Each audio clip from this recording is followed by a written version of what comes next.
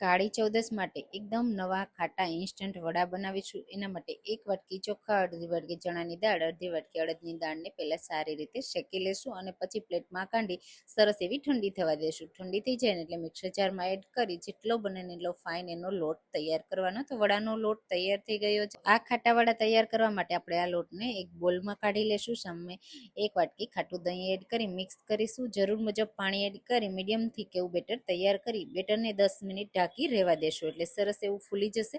પછી આપણે એમાં હળદર પાવડર, આદુ મરચાંની પેસ્ટ, સફેદ તલ, સ્વાદ પ્રમાણે મીઠું, લીલા ધાણા અને તેલ એડ કરી મિક્સ કરી દેશું। અહીંયા જો બેટર થીક લાગે ને તો થોડું પાણી એડ કરી દેવાનું અને જો ખાટું દહીં ન હોય તો છાશમાં આ લોટને મિક્સ કરવાનો અને પછી સોડા અને લીંબુનો રસ એડ કરી મિક્સ કરી દેશું અને તરત જ એમાંથી વડા તૈયાર કરીશું। તમે ભજીયાની જેમ વડા તૈયાર કરી શકો છો।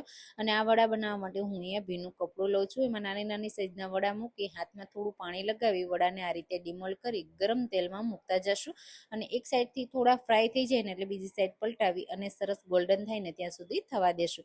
તો એકદમ ઝટપટ બની જતા વડા તૈયાર છે, ટ્રાય કરજો।